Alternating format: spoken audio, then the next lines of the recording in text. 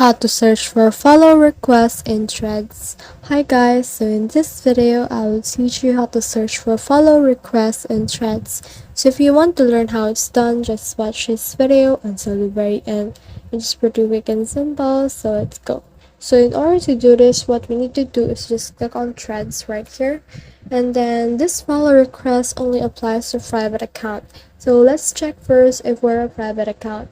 So if you want to change into a private account, then just click on this right here and then click on privacy right here. So let's go on that and you will see this private profile right here. So just click on that and click on OK in order to enable it.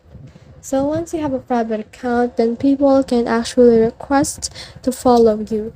So those requests you will see in here on this heart icon right here on the bottom, and you can see this filter right here, the activity for requests. As you can see, no one has requested to follow me yet because I only changed my account into private.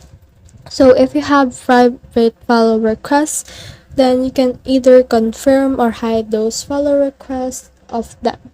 So that's the whole process. I hope this video helped you to search for follow requests in Threads. If you have questions or comments, kindly put in the comment section below. And if not, don't forget to subscribe and like. Thanks.